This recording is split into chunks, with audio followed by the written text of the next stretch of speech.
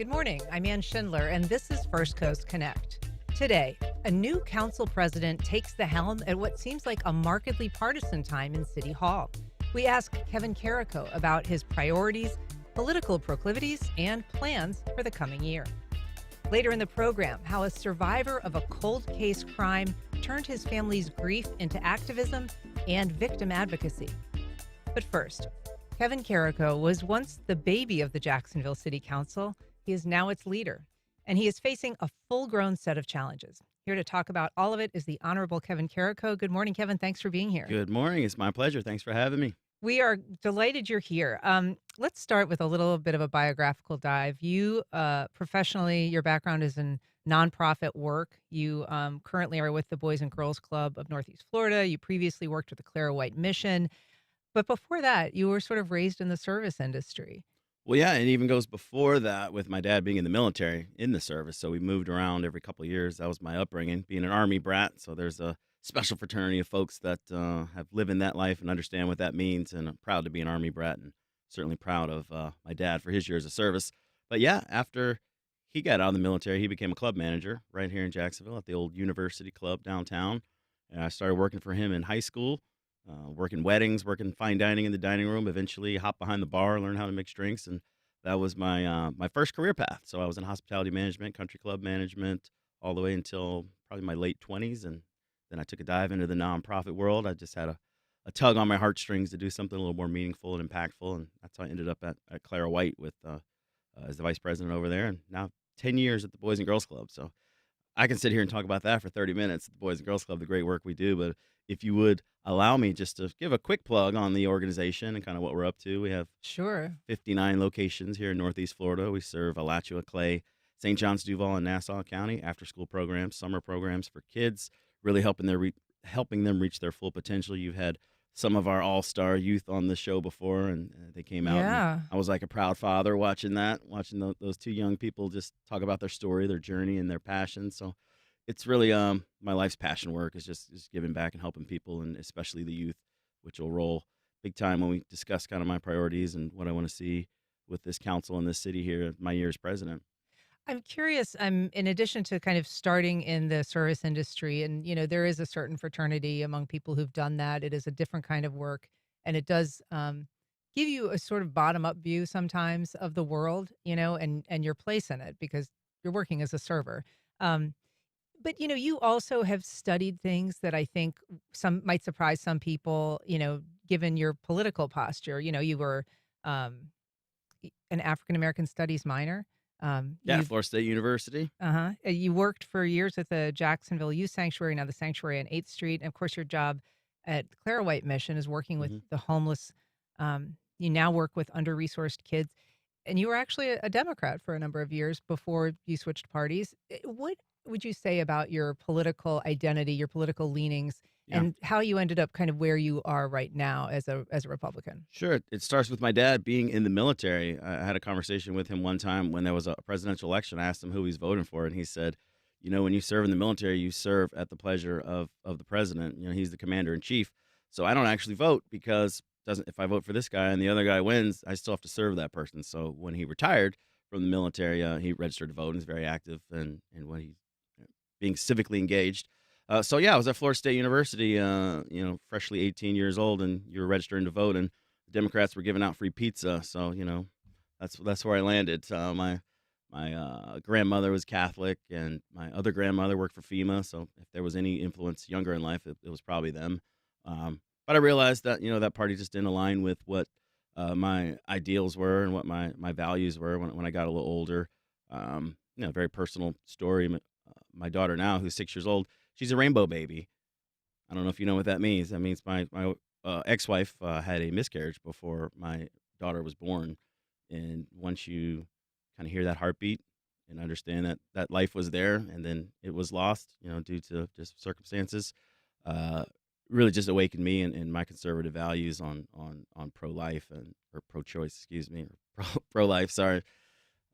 But yeah, so that's a touching story. You brought that out of me early. I wonder where else we're gonna go. Yeah, well, I'm sorry to hear about that. That is a devastating loss for anyone. Yeah. Um, I will say my producer just popped in our chat here that it was Caleb and Nico who were Florida Youth of the Year and National Youth of the Year Mm-hmm. on representing the Boys and Girls Club, and they really were just extraordinary and impressive young men. We are talking to City Council President Kevin Carrico. If you'd like to join our conversation, you can give us a call at 904-549-2937. You can also email WJCT at, First Coast Connect at WJCT.org. Losing my train of thought there. We've got a That's call. both of us today. See, you're a Yeah, professional, so we I feel better about it now. I'll get in the swing of things. We've got a call from Yasmina in Arlington. Good morning, Yasmina. Go ahead. Hi, good morning. Thank you. Councilman Carrico, your leadership leaves a lot to be desired, and you mentioned pulling on your heartstrings and serving the community, but your relation to the Boys and Girls Club would have been directly impacted by 0138 with KHA funding, and I'm just curious why you weren't the council member who would have proposed the amendment to keeping KHA from being impacted. And I also feel like you're in cahoots with our board members and the different comments you make and how we're moving with this Office of General Counsel.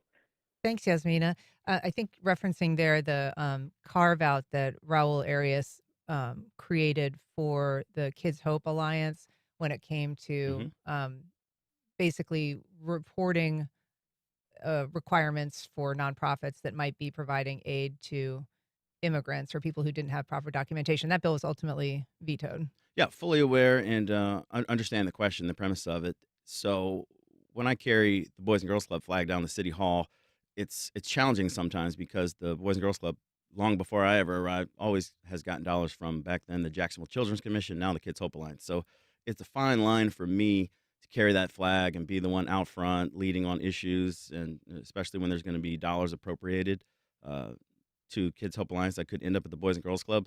So I was happy that that amendment came forward, and happy to support that amendment to carve the Kids Hope Alliance out. But for me to lead that charge, and for me to be the one that says, "Hey, we need to do this," some would find the optics of that maybe just not necessarily the best position for me to be the one. So I was happy that the amendment came out, and I think it protected the kids. And I ultimately did vote for the bill, and as we all know, it was vetoed. Got a call from Lenny in San Marco. Good morning, Lenny. Go ahead.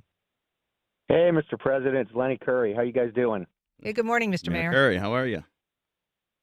I'm good. I just wanted to call and express my gratitude for your leadership, your fortitude, your clarity of conviction, and it's a breath of fresh air.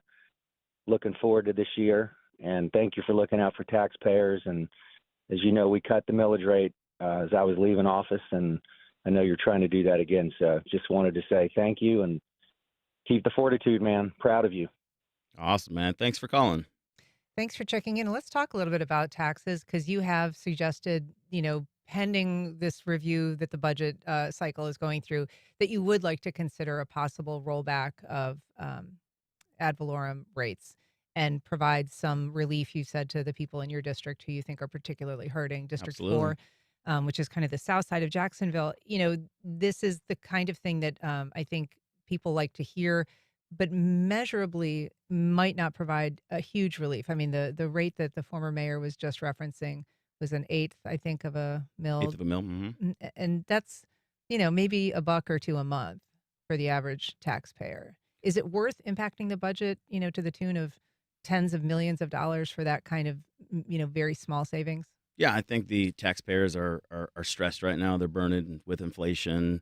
And it sounds insignificant, but if we just continue to tax our citizens and spend every single dollar that we get, then we're never going to come to a place where we can actually take a hard look at our expenses. So the only way to give that taxpayer the relief and make sure we're fiscally responsible is just cut that millage. And an eighth of a millage, I believe, is about $12.5 million out of the budget, the $2.1 billion budget.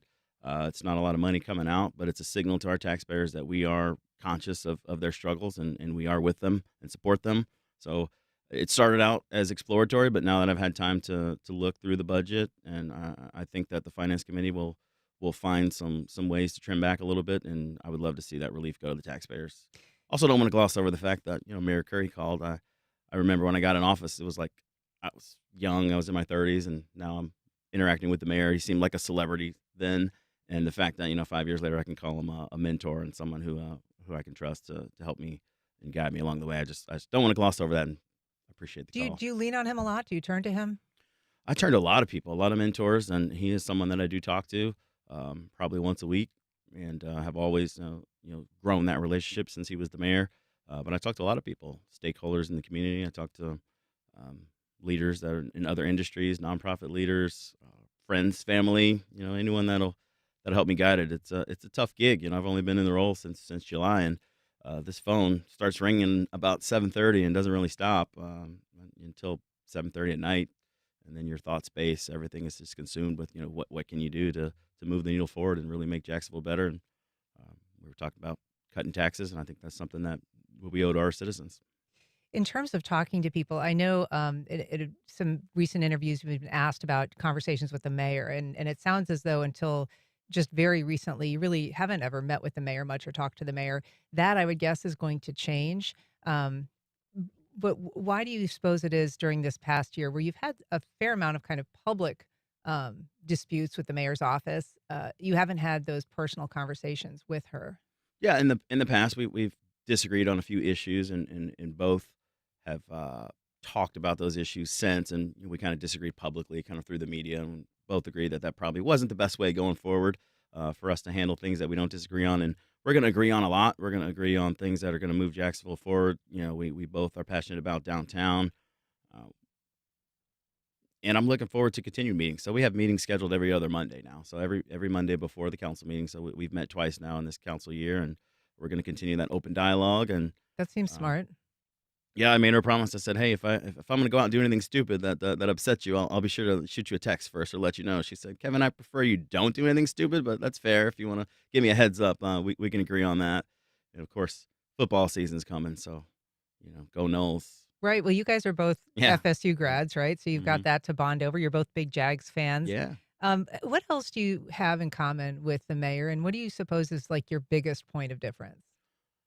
Well, she ran a nonprofit for a long time. The Donna is a nonprofit and helps raise money for breast cancer awareness, and that's been my career for the past 15, 16 years as a nonprofit leadership management. So just that desire to serve and desire to help and find a need and go out and solve the problem, not be afraid to raise money for people that need help. And our disagreements they tend to be along party lines, and the best way to solve problems and spend money. It tends to be different on different sides of the aisle. Just what we truly believe will answer the questions and help people. I think we want to get to the same place. It's just the way that we get there sometimes is a little different. I was looking back at some interviews that you'd done where you were talking kind of about conflicts with the mayor, and one of them seemed to kind of one of your points seemed to really circle around the idea of tension between the executive branch and the legislative branch, and you were, kind of emphasizing that exists, that's how it is. It ought to be there in some ways, and then specific to the Meridian Waste dispute, you, you had said to one news outlet, you said it's just about the division of power. I think it's just the administration thinks they can run the city like a dictatorship and forgetting about the legislative branch, which is here elected by the citizens as well. I'm curious, just given that statement, kind of what your take is on the current Congress and their seeming acquiescence to President Trump on so many issues. How strong should the legislative branch be? Yeah, the legislative branch locally controls the laws, the regulations, and controls the finances for the city. It's the checks and balance system. So the executive branch looks at how they want to spend the dollars, and that executive branch is led by one person that's voted on by the city. And then the legislative branch is 19 people that were also voted on by the constituents. So it's a checks and balance system, and really comes down to taxpayer dollars at the end of the day. Obviously, policy, laws, regulations, things of that nature, our land use and zoning code, all those things, that falls to the legislative branch. It's similar to DC. I don't spend a whole lot of time on national politics. I try to read the clippings and the headlines just so I can follow. But there's so much going on in Jacksonville. There's so much to know and understand to really have the impact that I want to have. As a lawmaker, though, do you think that our congressional members are doing enough to kind of represent for that branch of government in DC right now? Yeah, I think everybody's working together, and everyone yeah, there's disagreements just like there are on the local level. But at the end of the day, we're serving the commander in chief on the executive branch, and the Congress has their their duty as well, and all the work they do through committees and passing bills. It all has a harmony to work together. We are talking to Council President Kevin Carrico. You can give us a call or email firstcoastconnect@wjct.org. We've got an email from Bill saying downtown Jacksonville and its surrounding older neighborhoods have many neglected historic buildings. Not all structures can or should be saved, but many significant properties deserve to avoid demolition by neglect. Do you have a plan to help preserve significant historic structures in our city? Good question, Bill. So being passionate about downtown, yes, I do love the history of Jacksonville. I love some of the unique architecture that we have downtown. I've also been a part of an organization that had to rehab a historic building back when I was at Clara White Mission. It's called the Henry Landworth Veteran Villas now. It's right behind us. And I was the project manager on that. And it was a real learning experience to know the intricacies of the historic buildings and the costs associated with fixing them. So anytime that we can preserve a building, anytime that the resources will allow us to make one of those historic buildings come back to life, I think it's a beautiful thing. I really do. But at the end of the day, if something is crumbling and falling down, it's going to be a risk to safety of the constituents. Then sometimes there has to be tough decisions, and those buildings might need to come down. But if we can stay in the vein of downtown, that's one thing I'm excited about. We have this corridor now where the new stadium is going to be built, Stadium of the Future. That leads all the way down Bay Street in front of this building, all the way till you get to the UF campus. That's going to be on the other side of downtown, and that's going to be groundbreaking and changing our footprint downtown, bringing those students in, bringing that University of Florida brand, even though it's not the brand I follow on Saturdays and my diploma is hung by. I'm always going to take a shot at the Gators when I can, but I love the idea of that campus. So connecting that campus on Bay Street and the opportunities that we have with some of the lots from the riverfront park that's going downtown. It's just been released that the Hard Rock Hard Rock Hotel. Bite your tongue. The Hard Rock Hotel. Everyone's saying it's not going to be a casino. It's just going to be a Hard Rock hotel and restaurant, right? That's all that I know. Yeah, that's all Okay. that I know. But have that flagship there. Obviously, the Four Seasons is coming out of the ground. So if we continue this momentum of building attractions and building things that people will come to Jacksonville for tourism and come and stay downtown. The number one thing that people visit when they come to Jacksonville is not the beach, it's not the river, it's the St. John's Town Center. They come here to go shopping, and I think they can stay a few more days. They can get that shopping out of the way, and then go downtown and see some amazing growth. And then it starts with people as well, moving people downtown. There's a lot of businesses on Bay Street that exist, that I'm sure are thrilled for some of these bigger tenants to move in and get going, but they probably also could use some support. What about all of those smaller businesses that are there right now trying to kind of hold it together on a stretch that has a lot of, gap teeth, really? Mhm. I mean, there's a Yeah. lot of empty space right along there. Yeah, well, the DIA has done a good job at investing in that corridor already. There's a nightclub, a venue that has opened recently, Deck Alive, that has brought some major national acts and artists. And the folks that are behind that have got with the DIA, they're going to redo the Justice Pub and make an Irish pub right down there. So they've got some grants from DIA to help them and assist them with getting that up to par. And there's another concept for kind of a bakery speakeasy on the same corridor there that the same group is behind, and DIA has supported that. So we have the DIA. We've got a brand new executive director, Mr. Collin, who I believe started work yesterday from Baltimore. So he was hired to be the executive director of the DIA. So we've got a good board there. We've got a good program. So I think we just have to work together on what our visions are and what the downtown core needs. People is really the missing piece. We've got over 10,000, I think now. The goal forever was to get to 10,000 Residents. Yeah, residents, people that can live, work, play, shop right here downtown. There's a grocery store coming.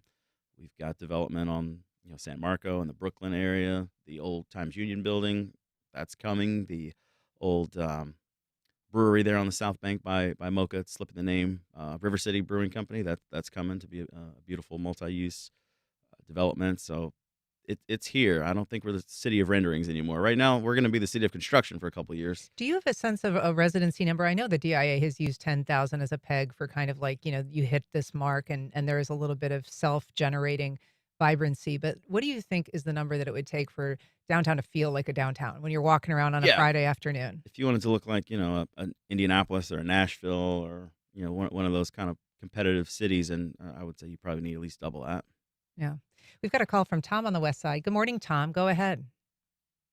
Good morning. I just wanted to say that I believe the city council needs to listen to all its voices, and in that, I think Jimmy Peluso and Matt Carlucci need to be heard and be on committees.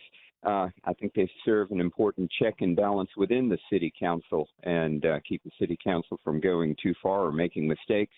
You need to hear all the voices, otherwise things just spin out of control. Thanks, Tom. I mean, we should talk about that. So, for people who aren't familiar with kind of the background on that, you appointed Matt Carlucci and Jimmy Peluso to just one committee. The tradition is that all city council members are appointed to two. And so a lot of people saw that as perhaps retribution because they've opposed you on a number of issues, or at the very least, trying to diminish their voice. And of course, since then, Jimmy Peluso had boycotted the initial meeting of TEU, which was the committee he was on, and you removed him from that entirely. So now he's not on any committees. Yeah, that's right. When you look at going to battle, or we won't do a war analogy. How about a football analogy? When you get a new football coach in any community, or college football, NFL football, that coach always brings people that he wants in the foxhole with him, his offensive coordinator, defensive coordinator, people that you've worked with in your career and that share your similar vision. And, at a time like this, this city is on the cusp. We have to be intentional in what we do and what we want. And I want people that are going to be in the foxhole and be on those committees that are going to lead the city in the way that I envision that the city's going to go and come up with the results that I think are going to be the best. And so we have great committee leadership in place. What was it? Retribution? Not retribution. It's just, who do you want to work with? Who do you think is going to have your back and get things done? And I have the right as the president to appoint anyone to those committees. And so I appointed people that I thought were going to take care of business, and they didn't make the cut.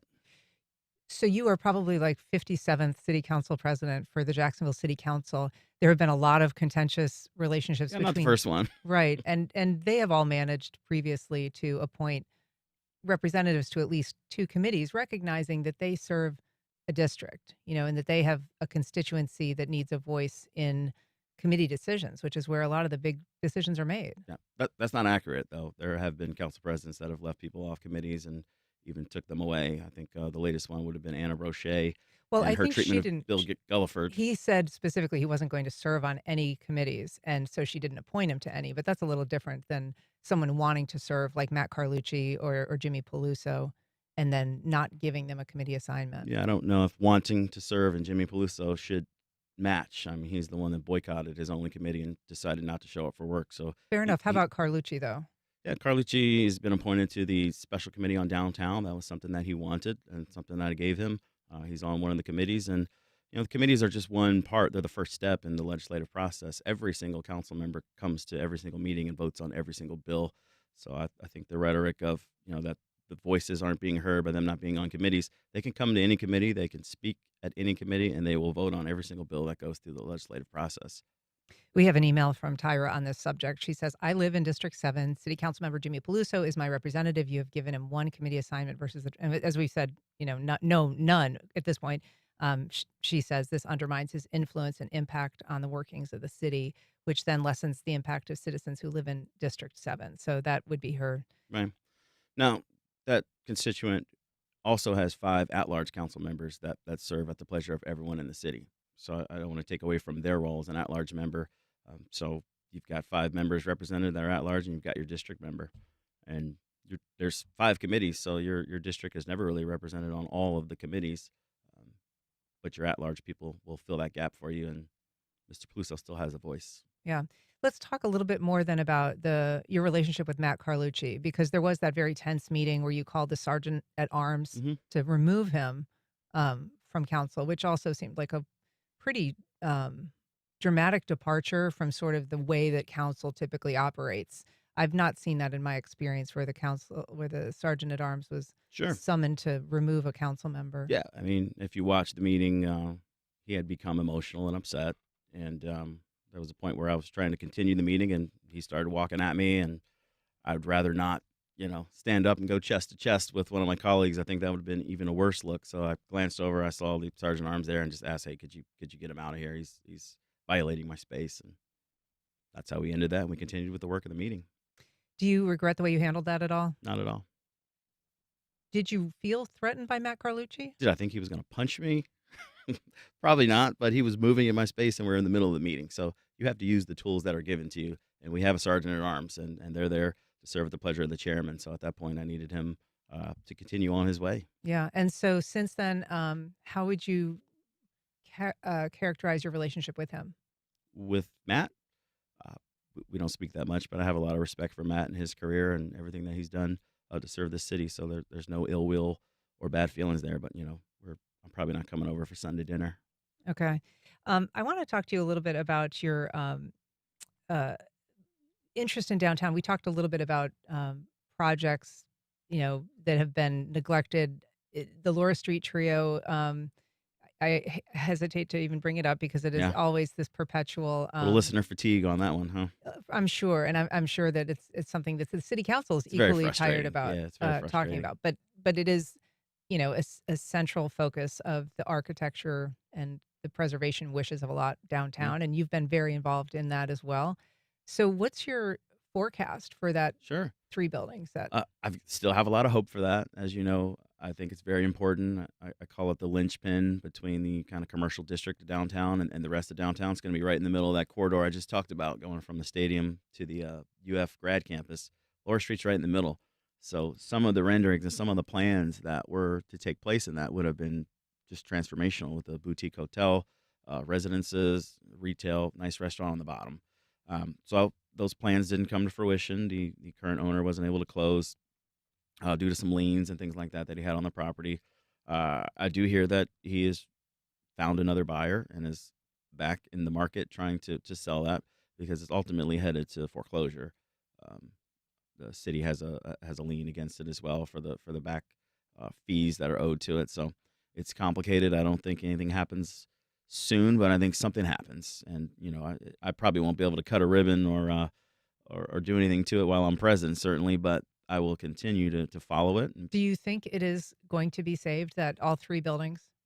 I'm not sure about all three. I know there's been plans that to keep all three, and I've talked to some people that were structural engineers, and I think the bank is 100% safe and sturdy. I think one of the other buildings is good. I think the other one, the Which is the other? I get them confused. There's one that's kind of skinnier and kind of looks like it maybe leans a little bit. They're just the cost of preserving that. So it's hard to pencil the deals when someone has to make money on it, right?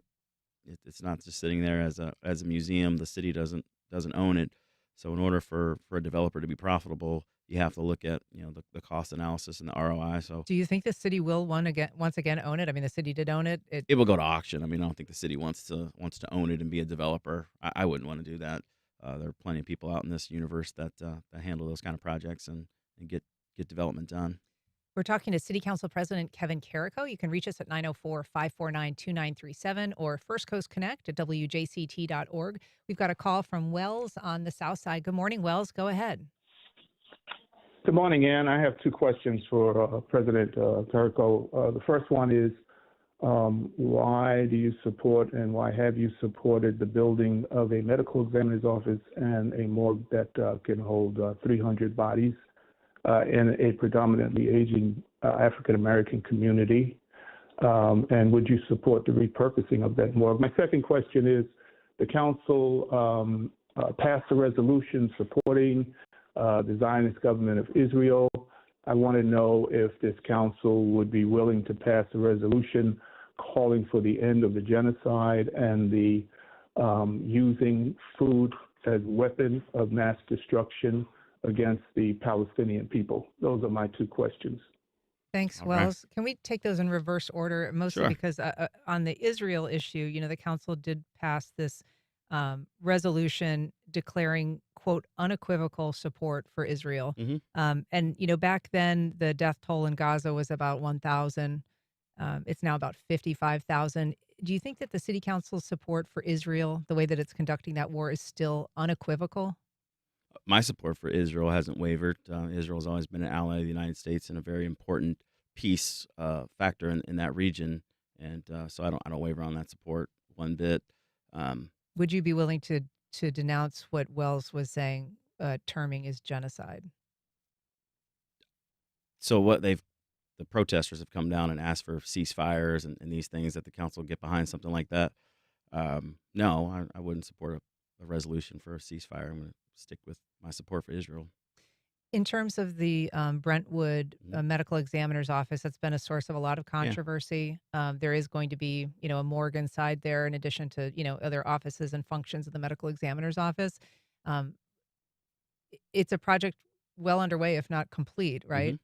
But uh, have you ever thought that perhaps that wasn't the best place if you had to do it again um, for locating a medical examiner's office?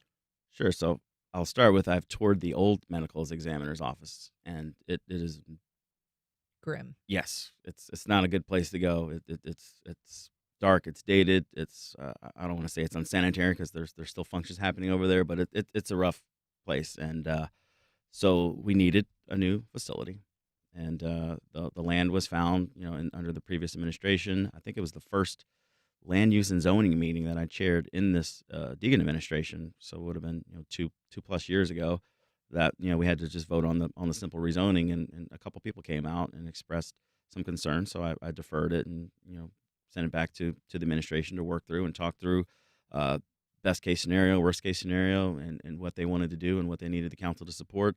And the price tag on moving it, they had gone so far in the progress of it, and it just didn't add up. So it's there. It's on Gulf Fair. It's right by Idea Schools. I have a Boys and Girls Club blocked a couple blocks down the road on 25th and Boulevard. So I don't view that as a residential corridor. I view it as a commercial corridor. There's gas stations and old hotels and the old Gateway Malls just right up the road.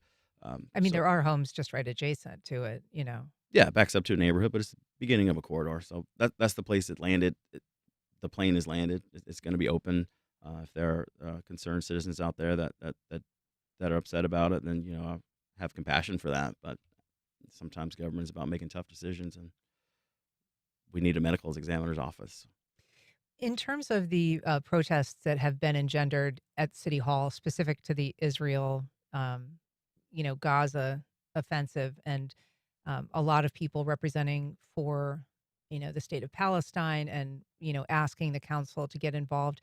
I wonder if you regret, you know, the original resolution for kind of engendering all of this. And I'm also curious because I know you've talked a little bit as leader about how you might tighten up council procedures a little bit, or maybe crack down a little bit more hmm on protesters at council meetings or decorum at council meetings. Yeah, decorum is really important, and we're in a professional setting. We have family members and friends that watch the meetings. If my daughter's up on a Tuesday, they'll turn on channel 99, and she'll wave to daddy through the TV. So when you have people that come out, and for the most part, we haven't had a whole lot of this, but foul language is used, and attacks are thrown at members of the body. It doesn't really help anything. It doesn't serve anything. So I will be monitoring that as the president, and people have their freedom of speech, and I honor and cherish that as part of our constitution. So we want them to come down and speak, but you got to speak with respect. Like we're not up there yelling back and throwing darts and insinuating some of these folks that they tend to get emotional. They're passionate about it. It's part of expressing yourself. But when that expression turns into kind of disrespect or profanity, then that's where I'm going to draw the line as president. And Do you think, though, that the council kind of brought some of that on itself by inserting itself into an international kind of forever war and taking a position on that? Because all of these protests, not all of these protests, but a great number of the people that are speaking at these meetings are speaking specifically in reaction to this council decision to yeah, weigh that in. might have been an unintended consequence of supporting an ally of the United States, which again I'll stand by our support for that. So I don't think we saw that coming, that we would have 2 years of people coming down and passionately being upset about it. But for every one of those, there's another person that believes the same thing we did when we passed that resolution. I believe 18-1 um, to continue our support for this country and the nation of Israel. We've got to wrap. I just would kind of ask you. I think a lot of management and leadership is sort of like based on how you parent, and I'm curious, kind of like, what kind of parent are you? How do you think you'll be leading this body? When you say parent, I'm going to look at my daughter, and that just makes me melt because anytime anyone talks about her, like I live for that little angel. And so I give her all the love that she could ever need and support her and giving her all the tools she can to be successful. But that 6-year-old doesn't run my house. I do. so so when there's lessons to be learned or there's punishments that need to happen, I do that with love as well. And I won't call it love with Jimmy, but we're friends outside of city council. We saw each other at an event, the week of, kind of this whole thing coming to the media, and we had a friendly talk and laughed at it even a little bit. And so that's an example of just kind of leading strong, not backing down, but still leading with love and compassion. Well, Council President Kevin Carrico, we appreciate you being here today. Sure We hope thing. you come back again soon. Thanks for right. doing it. All right, thank you. All right, up next, Project Cold Case celebrates 10 years of victim advocacy. We talked to the group's founder about how his personal loss continues to animate his work.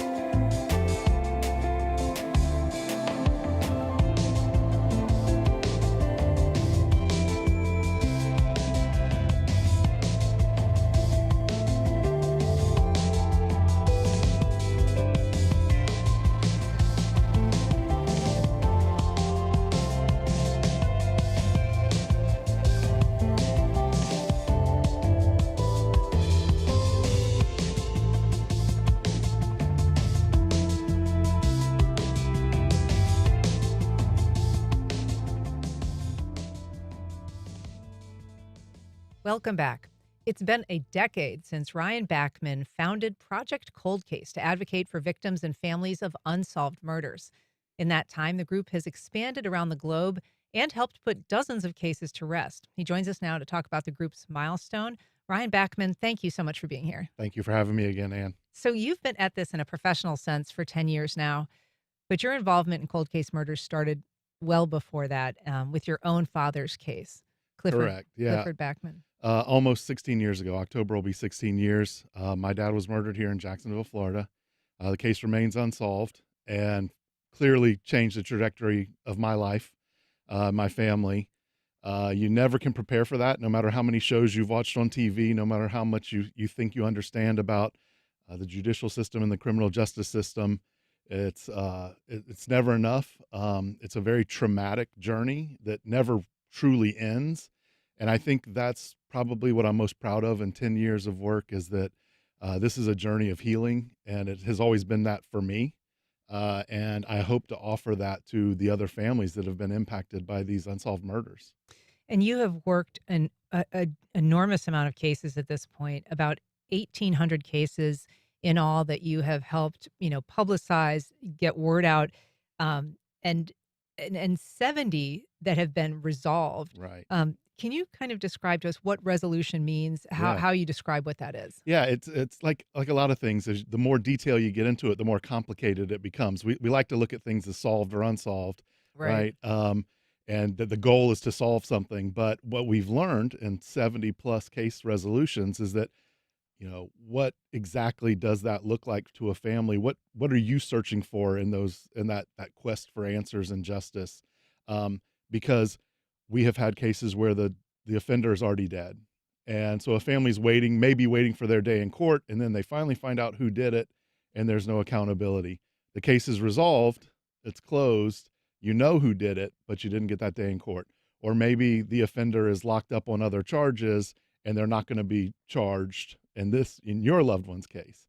And then, of course, we have the arrests and the convictions or the plea deals, that are kind of everybody's universal thought of how the process works, and then unfortunately not included in those 70 is we have, 8 or 9 cases where an offender was arrested and then later the charges were dropped. And now that case goes back into the unsolved pile, with no resolution.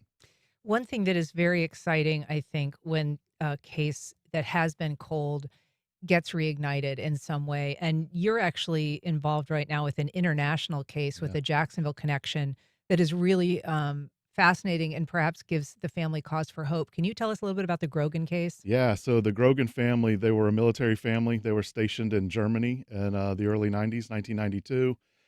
There was some domestic situations between the mother and father, and there was also 2 young children in the household, Stefan and Dale Jr. And so one evening, there's a domestic dispute that's so violent and loud that neighbors are awoken and they come to the door to find out what's going on. Um, Dale Sr. answers the door. He says everything is fine. Everybody goes about their business. And it's not recognized until months later that Tina and the 2 boys have not been seen. They're missing, and they've been missing for months. And so imagine 1992, Tina's family has been trying to call. We don't have cell phones. We don't have, unlimited calling, like you're calling long distance.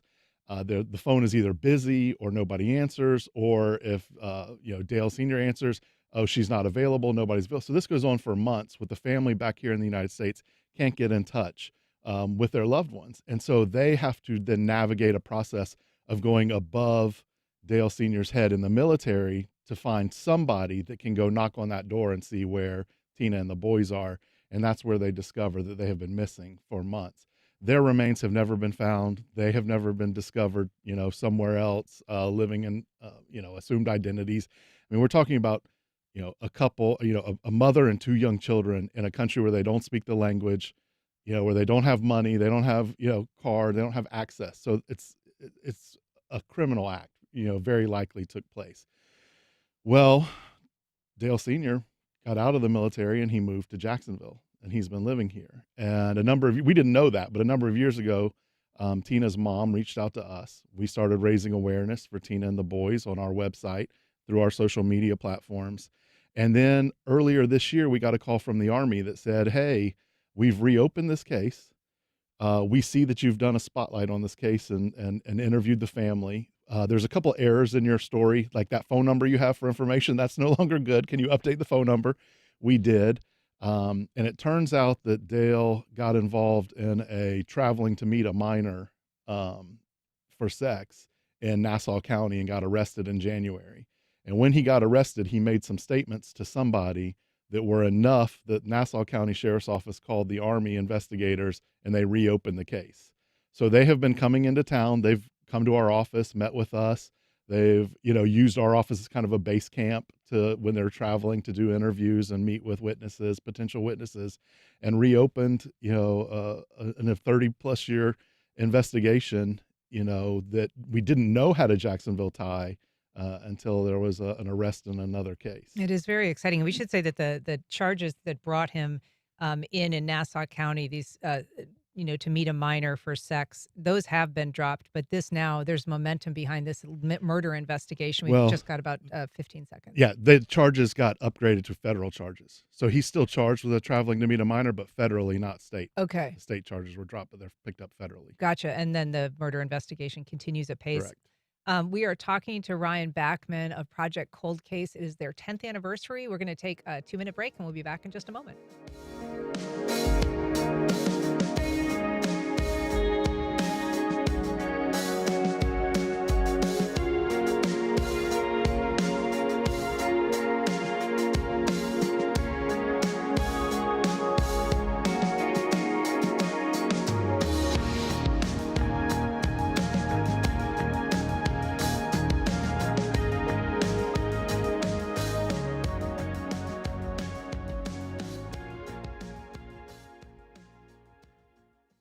The Florida Theater presents The Psychology of Cults, a live event exploring how cults form, why people join, and what it takes to leave. Wednesday, October 8th at 8 p.m. Information at floridatheater.com. Museum of Science and History's new exhibition, Mosh Archives, The Story of Us and You, steps you into a treasure trove of memories, now through August 31st. Tickets and information at themosh.org. Artists set up an apartment in. What happens when 8 friends secretly build an apartment inside a mall? Secret Mall Apartment is the wild, true story of defiance, creativity, and 2 tons of cinder block, told through footage they captured while living undetected in a Rhode Island mall for 4 years. Join us Wednesday, August 6th for Film at WJCT Studios. Doors open at 6:30, film at 7. Get tickets now at wjct.org/film. From January 6th to today, I have felt a profound obligation to speak. That's retired conservative federal judge J. Michael Ludig. He's called the Trump administration, quote, a reign of lawless aggression by a tyrannical wannabe king. America is in a crisis, a constitutional crisis. Judge Ludig joins us on the next On Point. Today at 11 on WJCT News 89.9. Floods are hitting harder and catching more Americans off guard. Outdated FEMA maps and insurance gaps are leaving millions exposed as extreme weather worsens and disaster response lags. What will it take to keep people safe? Nationwide flood preparedness, next time on 1A. Today, starting at 10 on WJCT News 89.9.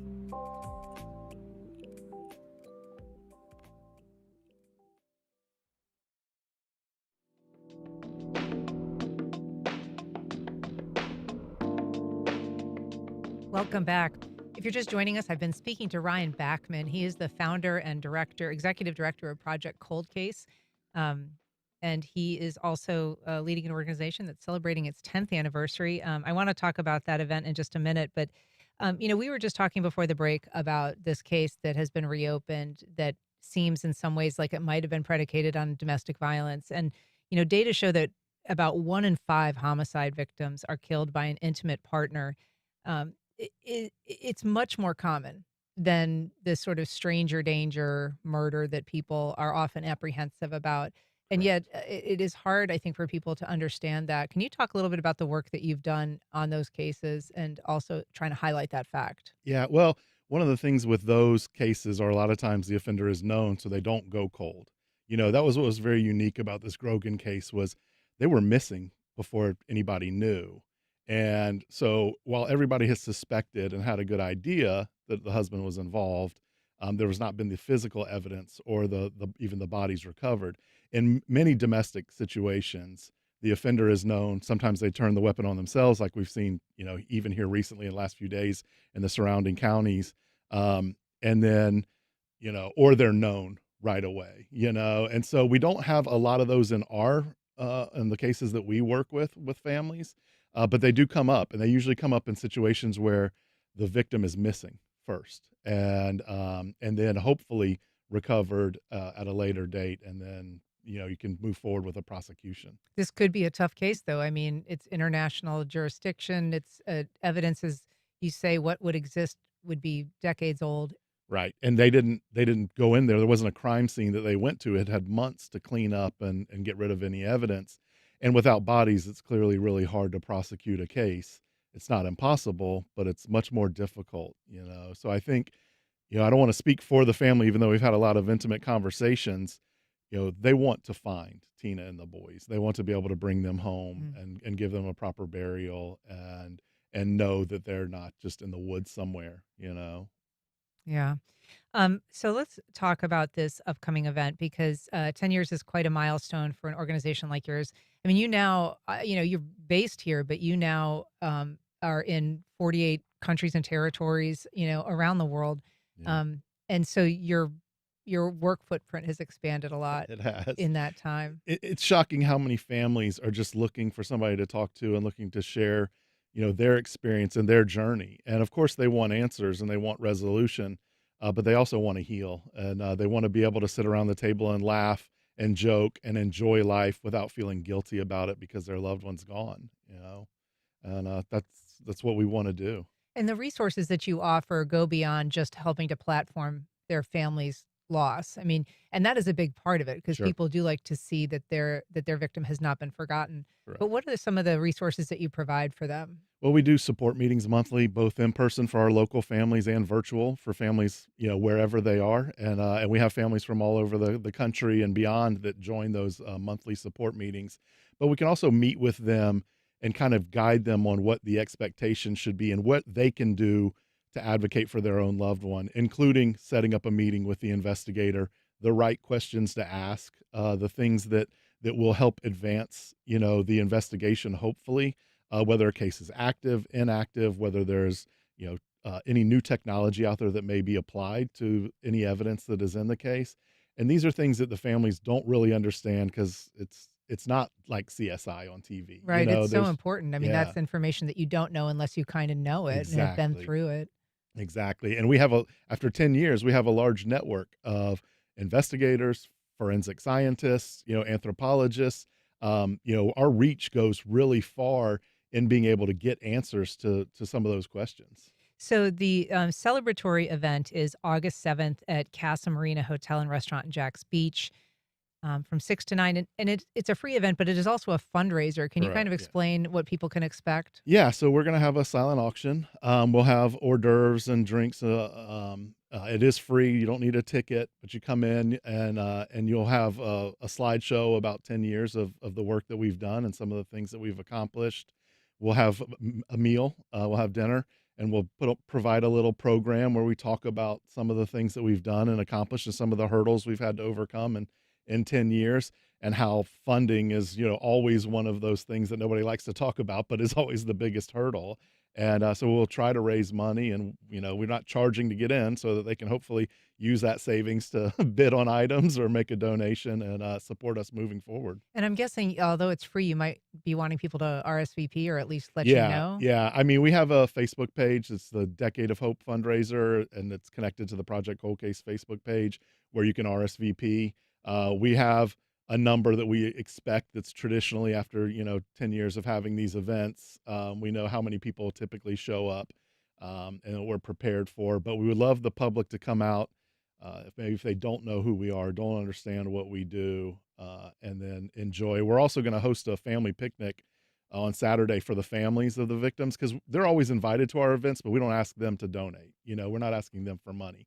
So we were hosting a separate picnic for all those families in town that we serve on Saturday at Austin Park over off Monument Road. All right. Well, Ryan Backman, congratulations on 10 years at Thank Project you. Cold Case. Thanks for the work that you do. Thank you, Ann. All right. And thank you for listening. That's our program. If you have comments or suggestions, you can send. Coast Connect is provided by Baptist Health and the North Florida TPO. Baptist Health is a proud supporter of First Coast Connect. Baptist Health, committed to building a healthier community for all of us. More info at 202-4YOU or baptistjacks.com. The North Florida TPO is dedicated to transportation planning, funding, clean fuels, and new technologies for a vibrant, resilient, and connected region. More information available at northfloridatpo.com. Museum of Science and History's new exhibition, Mosh Archives, the story of us and you, steps you into a treasure trove of memories, now through August 31st. Tickets and information at themosh.org.